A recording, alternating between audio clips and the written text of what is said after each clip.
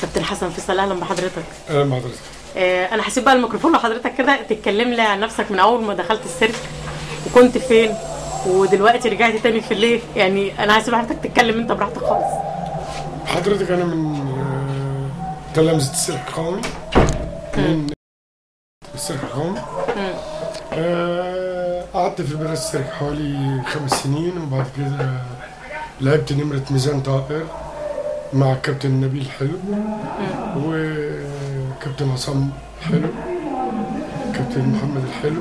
كابتن نبيل الحلو اخو كابتن محمد الحلو؟ لا، ده ولاد عم. اخوات الحاجة محاسن. ايوه. بعد كده والدي كابتن فيصل علمني فقرة سلك متحرك. كابتن فيصل كان تقريبا بيعمل اللي هي الطيارة. كابتن فيصل كان بيلعب بالنمرة هوائية فوق في العالي. نمرة طيارة. بعد كده لعبت المشي على السلك. دي كانت أول فقرة كسولو لوحدي، والحمد لله ربنا وفقني واشتغلت في السيرك القطاع الخاص وفي جميع السيركات القطاع الخاص اللي موجوده. انت سبت السيرك، يعني انت الاول النهارده بنرحب بيك كلنا ان انت رجعت للبيت الام تاني. الله يخليك. بيت الام طبعا. فعلا يعني. ايه سبب الاول ان انت سبت السيرك من الاول؟ بالنسبه انا يعني كبني ادم واخد على مصاريف معينه، اتجوزت بقى وولادي واخدين كان في التزامات يعني وكده. طبعا اتجوزت وبتاع، وعايز اعيش ولادي عيشه كويسه، عيشه محترمه.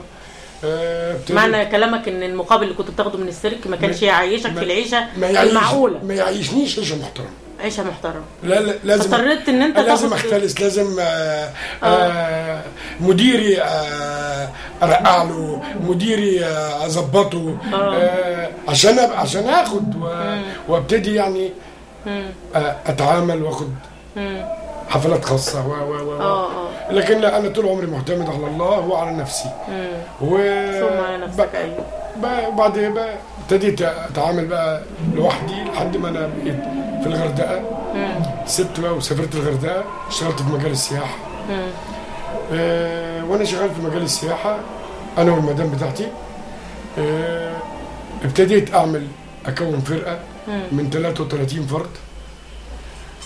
يعني عندي سيرك خاص بس من غير اسود ومن غير الحاجات دي. يعني المدام بتاعتك بتشتغل معاك في الفقره بتاعتها؟ المدام بتشتغل معايا وبتلعب، هي اساسا بتلعب نمره مطبخ. بتلعب نمره مطبخ. وهي بتلعب نمره خناجر. يعني انا بعمل حاجات كتير، انا بعمل تعابين كبرى مش تعابين اصله. وبجمع الاثنين مع بعض وبعمل فقره واحده. يعني بتعمل اصلا والكبرى ده حاليا ولا كان حاليا بتعمل فقره تعابين وفقره اللي ماشيه على السلك المتحرك ومن نمره مطبخ ونمره المطبخ ونمره جنجولير. ما شاء الله. وجنجولير ده انت متعدد المواهب يعني ما شاء الله. وانا ساحر كمان. انا بعمل نمره العاب سحريه. تعجبك يعني. طب ايه بقى اللعبه اللي ما بتلعبهاش ونختصر؟ لا الحمد لله ربنا يعني يديني الصحه. الحمد لله ربنا انا بحب التجديد. بقول لك هو عامه اللي انا من خلال عملي في السيرك يعني عرفت ان فعلا ان الفنان السيرك بيمر بفقرات كتيره قوي. يعني في 1 2 3 4، فعشان لغايه لما يوصل للعبه اللي بيتخصص فيها بيكون مر بفقرات كتيره جدا. ده بالنسبه للمدرسه يعني. بالنسبه هنا في السيرك عامه يعني. هي كانت المدرسه الاول. المنشاه المدرسه كنت بتلعب كل حاجه، جميع الاجهزه وبعد كده تتخصص. ايه بقى اللي خلاك رجعت تاني؟ انا رجعت. انت بتقول بره اهوت في مقابل مادي كويس ومعيش اسرتك في مستوى كويس.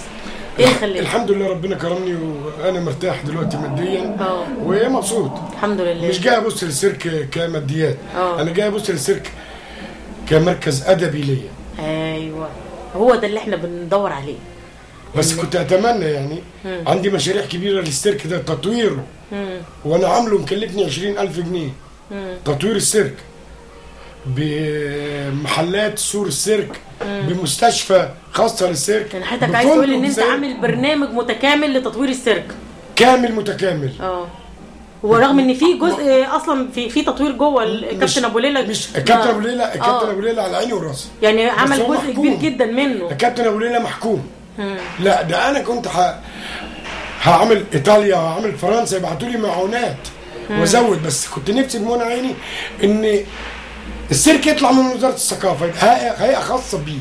هو كتير بيطالبوا بالنقطه دي. يطلع ده انا كنت حاطط من خلال ارض السيرك وشباب السيرك ومحيط السيرك كله، عندي مشروع فيه هو يتكلف كتير جدا، بس صدقيني السيرك والخيمه دي هيبقى فيه خيمه للبرباط تحت الارض، وفي خيمه العرض محدش بيدخلها خالص.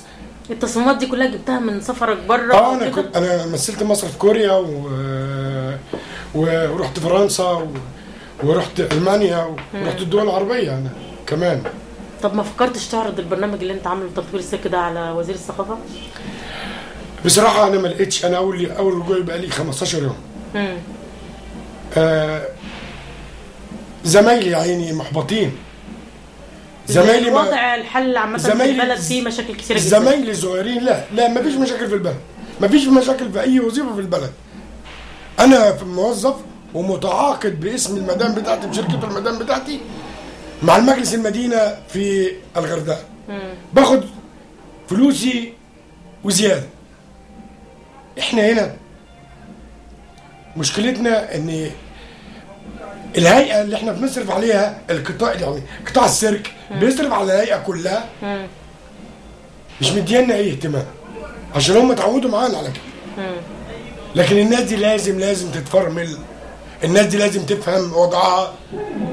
الشباب اللي طالعه هنا ديت اللي ما يبقاش 7 مش عايزين بس الهيئه، احنا عايزين الوزاره والدوله كلها تعرف فعلا قيمه فنان السيرك. طبعا الفن الوحيد اللي ملوش بديل في مصر كلها. طبعا مش يعني ده فن فريد، المفروض يبقى فيه اهتمام اكبر من كده، ادبيا وماليا واعلاميا وكل حاجه. طبعا يا فندم، انت كلامك مظبوط، بس مين اللي يبدا بده؟ ما لازم احنا نوصل صوتنا للمسؤولين. ما بنوصل صوتنا النهارده على يد حضرتك. في يعني كنا عاملين اعتراض او وقفه ان في شباب عندنا شباب صغير 6 شهور ما قبضوش حوافز التدريب. المدام بتاعتي انا راجع عشان ادي السيرك، يقول لي عقدها مش موجود. ازاي اجر نظير عمل؟ ازاي اجر نظير عمل مش موجود؟ ازاي انا بستعير بناس اعمل بيهم احسن واحسن واطور ويقول لي لا؟ اصل اجر نظير عمل ده يا فندم لازم بيتجدد على حسب علم انا، لان انا برضو عندي فكره عن الحسابات والحاجات دي برضو، ان هو بيتجدد سنويا. اوكي. على حسب الميزانيه اللي موجوده، فلو كنت انت فتره منقطعه يبقى لازم تبدا تاني من اول وجديد، تاني تعاقد جديد من اول وجديد تاني. طيب ده اللي انا على حد علمي، الله اعلم ممكن اكون مخطئ يعني. ايوه يا فندم، احنا عايزين نتعاقد جديد. لكن تيجي تقولي لا بعد 5 سنين، طب انا مش هديك. انت حضرتك جايباني من على الترابيزه، انا كنت بكتب اجهزه ومعدات حاجات عايزها. انا بقالي 10 سنين مسلم كل المخازن ومسلم كل حاجه، ما عنديش اي حاجه، لكن عندي وعندي الاحدث وعندي لا بس حاجاتك الخاصه ده انا عندي التطوير نفسه. بس يعني انا اصرف الحكومه وهي ما بتدينيش اجري، ما بتديش اجر المدام بتاعتي، يبقى فيه ايه؟ يبقى انا هدي من عندي، مش هينفع ادي. المدام اتعرف بحضرتك؟ اهلا وسهلا. اهلا بيك يا فندم. اتعرف باسم حضرتك؟ صباح احمد. اهلا وسهلا. الفقره بتقدميها ايه حضرتك؟ انا مشتركه في فقره السلك المتحرك. السلك المتحرك. طب حضرتك انت قدمت طلب بالنسبه للموضوع اللجنه النظيره ده عملتها ولا لسه مفيش حاجه؟ لا لسه ما قدمناش. لا هو المفروض يبقى في طلب الاول، وبعد كده نبدا تاخد الاجراءات في الهيئه او عند مدير عام الشؤون الماليه والاداريه. ايوه بس احنا كلمنا المدير وكده، كابتن بكر، فقال لنا لا مفيش فلوس في الهيئه، مفيش يعني حاجات كده ملهاش اي لازمه. لا ما هو كابتن بكر مش هو لازم تقدمي طلب وبعد كده الطلب بياخد الاجراءات بتاعته يعني.